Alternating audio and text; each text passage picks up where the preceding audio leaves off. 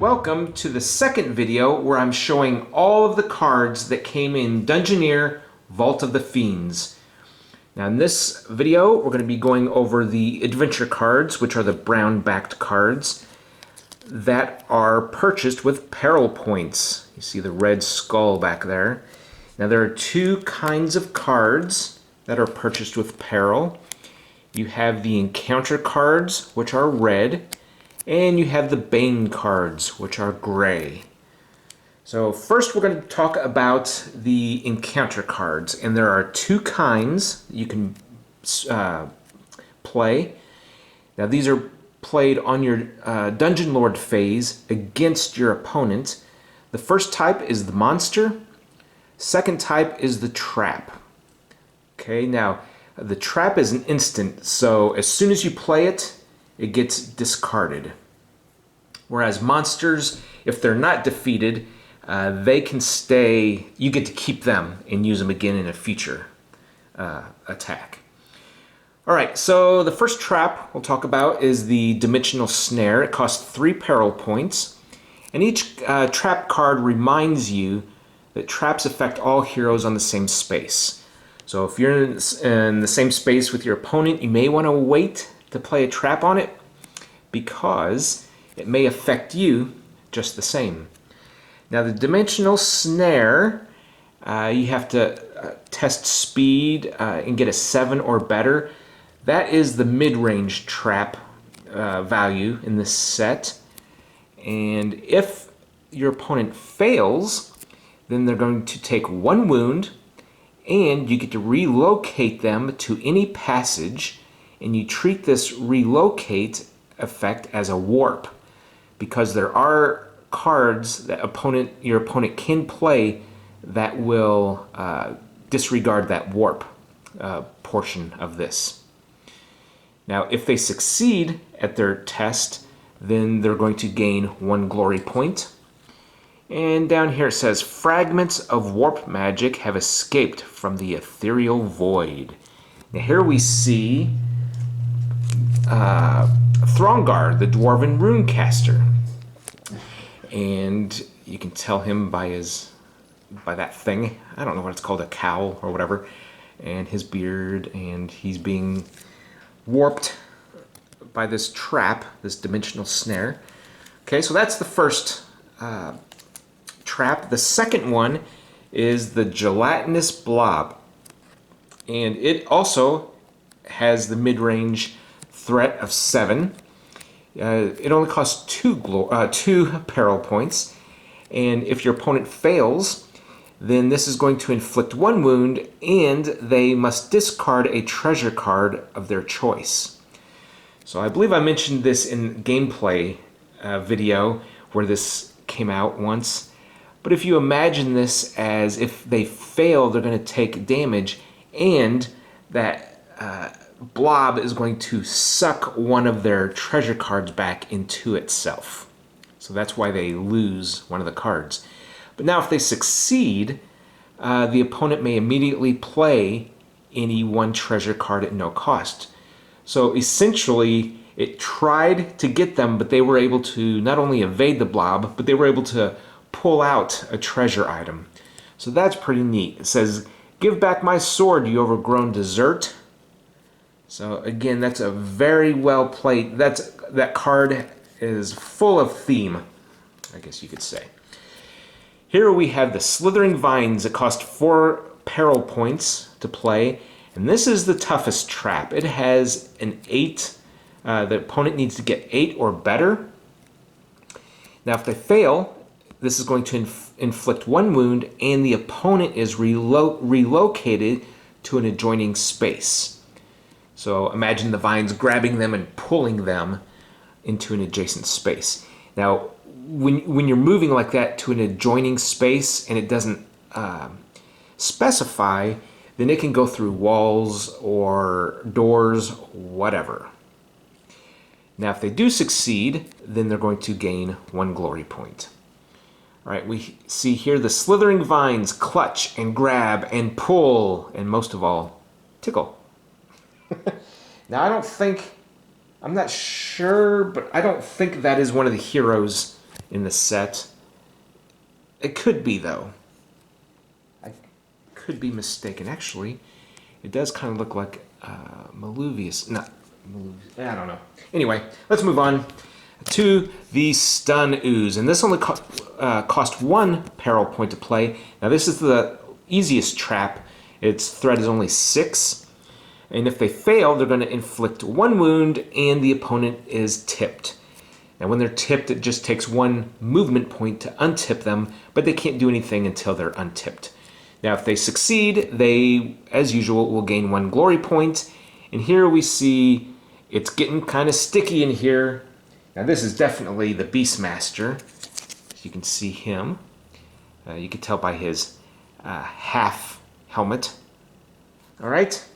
Anyway, he's getting all oozed, and by stun, you know, if they fail, then they're knocked over, tipped. They can't move for an extra until they spin a movement. So again, good theme work there. All right, now the monsters. Okay, we've got a few different types in this set, but most of them are fiends. This is a demon, the Shrieking Demon Worm, and it costs 4 Peril points to get out. So you can see here, it can attack either with melee or magic. If it goes melee, it's going to get a 4 bonus and inflict 1 wound on a successful attack. But if it goes magic, it's going to have a little bit tougher time to hit. But if it does, it's going to do 1 wound and the opponent gains 3 Peril points. Now it only has 1 hit point, so it's not too bad. The Shrieking Demon Worm looks like this. Now this is the one that the fiend, it's a demon, that was featured on one of the treasure cards in my last video. I couldn't remember which monster this was. And this says, "Let me sing for you." Yeah, look at that. Imagine that coming at you, ready to bite you. All right, next is the first dragon we've seen in Dungeoneer. This is the Merc Dragon, and actually, for some reason, I really like playing this card on my opponents. It costs 5, so that will tell you right there it's a pretty good card. And it has 2 hit points, so they're gonna have to fight it twice or be able to do 2 damage themselves in combat. And it can attack with either melee or magic. If it does melee, it's going to get a 3 bonus.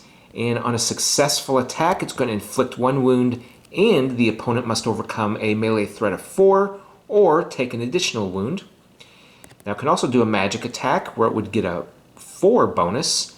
It would inflict 1 wound, and the opponent must overcome a magic threat of 4 or be tipped. So that's pretty good. Merc dragons smell as awful as they look. And I imagine that is pretty bad. Boy, imagine these things for real. I wonder how big that thing is. All right. Next we have the first of many, many fiends. Now this is the enchanted golem. I prefer golem, but I'm going to say golem. It only costs 1, but it does have 2 hit points. And you can pay any number of additional glory to add that number to the card's next magic attack. So it only gets a +1 for its magic, but you can pump it up for as much glory as you have. And that's pretty good for a 1-cost card, and it has 2 hit points. So this is a pretty decent card, and if it's successful, it will inflict 1 wound. Now this says, has Ramalith succeeded in enslaving the soul of an Eldritch Lord? That is what the golem itself looks like. Enchanted golem. Yep, that's pretty neat. I can't really tell how it walks or moves. Oh, you know what? Maybe this is its upper torso and these are its arms. I always thought this was the whole thing, but maybe we're just seeing the upper half of it. Okay. Anyway, let's move on to the Flawed Experiment. Again, it's a 1 cost, it has 1 hit point, and it prefers magic. Now, straight out, it has no bonus when it attacks. but it has Fiendish Aura. When this card attacks, all other monsters in the same space have +1 magic this turn. So it doesn't do very well, but it will help other fiends or other monsters in the same space. And on a successful hit, it's going to inflict 1 wound, and it says a brain with fangs. Ramolith's getting creative. And that's exactly what it is. Brain, and it has 6 spider legs, so it's not an arachnid. And it looks like it may have come out. Maybe it was contained within that glass canister. Who knows? Next we have the Impaloraptor, kind of a famous one for this set. He appeared on one of the glory point cards in my last video, and he will appear again on one of my on a card, actually 2 more cards in upcoming videos. So this is also a fiend. We're still in the fiends. It costs 2, it has 1 hit point, and it will attack melee. It gets a bonus of 2, and on a success it inflicts 1 wound, and the opponent must overcome a melee threat 4 or be tipped. So that's what the Impaloraptor looks like, and it says Impaloraptors were made for one thing: pecking eyeballs out. That definitely looks like it, with that beak, that hooked beak there. Okay, next we have the Iron Golem. It costs 4 to get out, has 2 hit points, so golems are tougher than your standard fiend. And this is going to attack melee, gets a 2 bonus, and you get to add your opponent's level to the cards, to this card's melee attack. Anyway, when it hits, it will do 1 wound, and it says Golem Bash, and that is a bad looking golem, isn't it? It's got this roller thing, and I don't know what the other arm is. Pincher. But yep, so we got that little steampunk stuff going on. Now this one comes out a lot for me, the Janguba, plus it's fun to say. It costs 3, and it has 2 hit points, so that's good. Now it attacks melee, so it's got a 3 bonus. So I'll tell you what, these fiends, a lot of these monsters in this set are pretty tough. Now, on a successful attack, it's going to inflict 1 wound, and the opponent is relocated to an adjoining space through any non-wall exit. So it has to be through a door, but it doesn't matter if the door is locked or trapped. This is what the Janguba looks like. And it says, beware, Jangubas can slam scrawny heroes like you to their deaths. Now, what I imagine is it rears up on its snake-like lower half, and when it attacks you, it just slams its front half against you. So it will damage you, and with all of its upper body strength, it will push you into the next room. Now, this did actually play to the advantage of my hero once, because it was being attacked by, it was either 2 or 3 different monsters, and this one went first. And when it pushed him into the other room, because it was a successful hit, the other monsters were not able to attack that turn then, because the hero was no longer in that room. And that is in the rules, that if you moved the other heroes, the other monsters that came out cannot attack you. Here we go, Ramolith. He's the big boss monster for this set, and he costs 6 to get out, the most expensive. He has 2 hit points, and he can attack either melee or magic. If he goes melee, he gets a 5 bonus, and a success, he will inflict 2 wounds. That's usually how I fight him, but normally, otherwise, he can go with magic, inflict 1 wound, and heal. So as far as I know, this is the only monster card that can heal so far that we've seen in the 2 sets. And there is his picture here, his illustration. Now actually, he looks like a combination to me.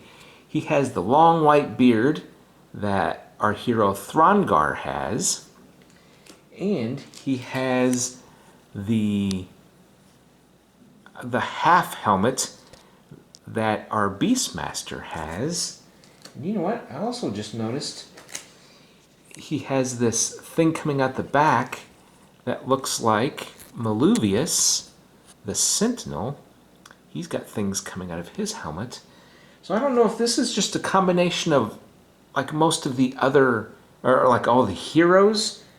I haven't looked at the others, but anyway, I'm just glad he doesn't have the body armor that the assassin does. All right, here we go. You'll make a nice addition to my collection. All right, so that's the big guy. Now we also have his son, which is obviously some kind of experiment gone wrong. Has Ramalith mated with the Ancient One. Now, what is the Ancient One? But yeah, he definitely looks like a fiend. He's got, they kind of have like a pterodactyl head look. So anyway, the Son of Ramalith costs 4 to get out. He only has 1 hit point though. But notice, he can attack melee or magic, but it has a number, so it's a variable. This card's base attack scores are equal to its opponent's, so it matches the base ability score of the opponent, of the hero he's attacking, and you could pay any number of Peril to add that number to the card's attack, so you can pump it up. The hero who's playing this card against an opponent, as long as that opponent has more Peril, they can really pump this up. Opponent chooses attack form when this card attacks. And regardless of whether you do magic or melee, it's going to inflict 1 wound on a successful attack. Alright, so that's the Sun. We gotta move here. We got Two Tail. He costs 3 to get out. He only has 1 hit point. He can attack melee or magic.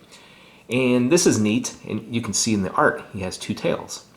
To determine the attack form, roll 1 die. If it comes up even, he's going to attack melee, and if it's odd, he's going to do magic. Now melee, he gets a +1, but if he hits, he's going to do 2 wounds. Magic, he gets a +4, and if he hits, it's going to only do 1 wound, but the opponent also loses 2 glory points. This says Two Tails are indecisive, but dangerous once they make up their mind. All right, and there he is. Okay. And the last fiend is the Vault Guardian. Now he is on another card in this set. I can't remember which one, but we'll get to it. He costs 3 to bring out. He only has 1 hit point. He is a magic attack. He gets +2. And on success, he's going to inflict 1 wound, and the opponent must overcome a magic threat of 5 or be relocated to the nearest entrance. Treat the relocate as a warp. Again, there are cards that you can play to get out of being warped. But this says, go back from whence you came. And because he's the Vault Guardian, again, he's going to try to send you back to the entrance if he is successful in his attack. Boy, talk about your long head. All right, now we have 1 undead. This is the Tortured Soul. He costs 3 to bring out. He only has 1 hit point. He is going to attack magic, where he gets a +4 bonus, and if he is successful, he's going to do 1 wound. Have you seen my lower intestines? I don't know what Ramalith did with them. There he is. No, only a top, no bottom. And finally, we have 1 vermin. Have to have vermin. This is the Dark Ratling. And there he is. Boy, vermin in this game certainly have a unique vermin-like look. He costs 1 to bring out. He only has 1 hit point. He attacks with a +2 bonus for melee, and on a successful attack, he will inflict 1 wound. Dark Rattlings consider hero flesh a delicacy. Man, imagine a bunch of those going ripping at you. All right, those are all the encounter cards. Now we're going to go to the Banes. And there are 3 types in this set. We have the instant cards, which are discarded when played, that can be played anytime on your turn or your opponent's turn. You have the instant cards, which are discarded when played, that you can only play during your Dungeon Lord phase. And we have the attachment, which can only be played during the Dungeon Lord phase. So we'll get to each of those. First, we are going to talk about the anytime instance. Okay, and there are 4 of them in this set. The first one is Fiendish Arcana. It costs 2, and when it's played, all monsters have +1 magic for the duration of this turn. In addition, when played, pay any amount of additional peril to add that number to the magic score of 1 fiend this turn. Oh, and there's the Vault Guardian right there. And it says, Ramalith has bent the channels of arcane energy to empower his creations. So yeah, we get to see a little bit more of the body of the Vault Guardian there. Okay, then we have the Fiendish Blood Hunger. This, when played, all monsters have +1 melee for the duration of this turn. And on a successful melee attack, fiends inflict 1 additional wound. And again, that is just for the turn that this was played. Your blood is so tasty, and here we see a fiend taking a chunk out of, is that the Beastmaster? It's hard to tell. Okay, let's move on. Here we have the Fiendish Rager. It costs 3 peril points to play. All monsters have +1 melee this turn, and you get to pay an additional amount of peril. All fiends roll a number of additional dice in all melee attacks. However many peril points you play, that's how many additional dice they roll. Choose the highest die for each roll. So that's pretty neat. We'll rip your eyes out, and here we see, actually we get to see the whole body of the Impaloraptor, and there are 2 of them there. All right, so that was one of the other cards that I knew they were featured on. There is one more card, at least one more card, that shows them. Here we have Minor Bloodlust. It only costs 1, and what it does is all monsters have +1 melee combat for the duration of this turn. And there we have that. Those who infiltrate Ramalith's vault face death. All right. Okay. Then we have one other card, and it's called a foil. This is a dampening field. It costs 3. Target a hero. The effects of all treasure cards in the hero's space are prevented for the duration of this turn. And there, I believe that's the Beastmaster. Let's take a look. You can even see a good view of his weapon there. And it says, it is foolish to trust in material riches the way greedy Assyrian merchants do. Yeah, we got a real good full body view of the Beast Lord there. I mean, Beastmaster. All right. And that was the only foil card that could be played anytime. Now we have 2 types of instant cards that you can only play in your Dungeon Lord phase. Again, we have foils, and the other one is going to be the Warp. We're going to go through the foils first. There are 3 of them in this. Oh no, wait, there's only 1 foil.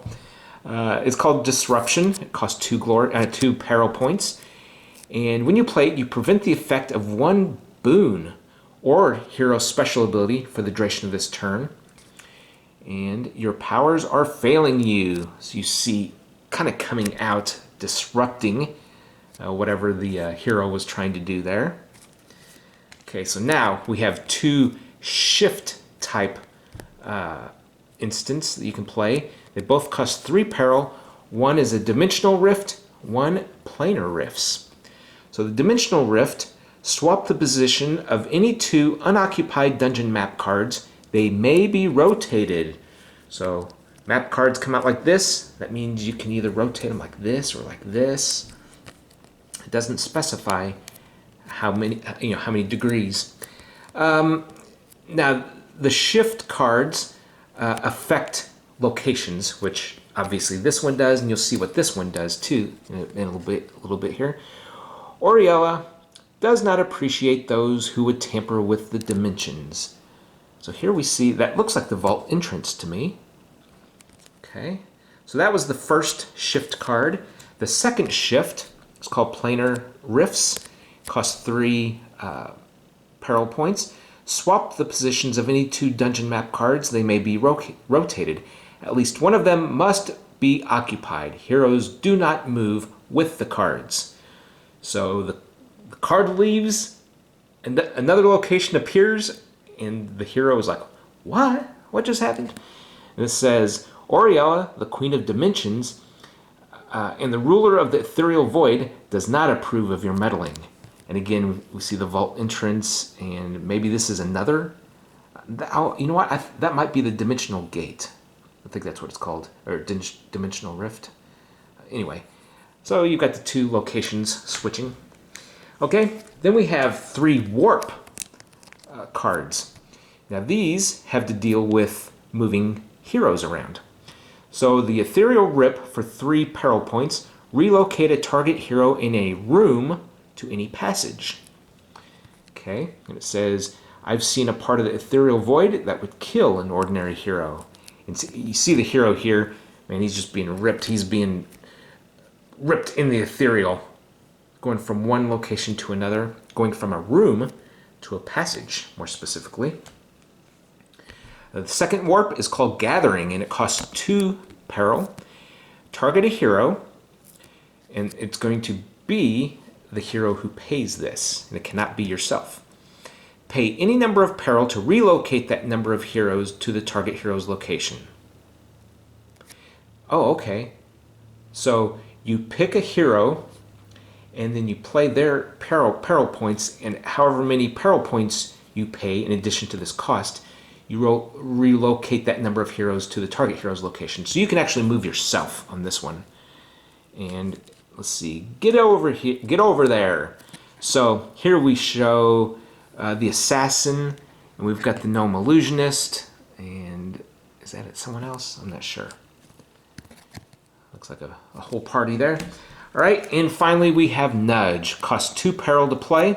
Relocate the target hero to any adjacent space, ignoring exits. That hero collects peril and glory for the new space.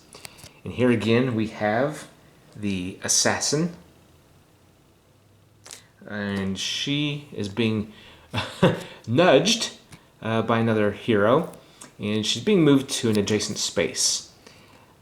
Get out of my space, you stinking hero. Now, if you don't have to worry about exits, you can actually nudge them through a wall, and then they won't be able to come back into that space their next turn. They're going to have to go around because they can't pass back through a wall. And finally, there's only one of these in the set, and if I remember right, I don't think there were any of these in Tomb of the Lich Lord, but it is an attachment, a Bane attachment.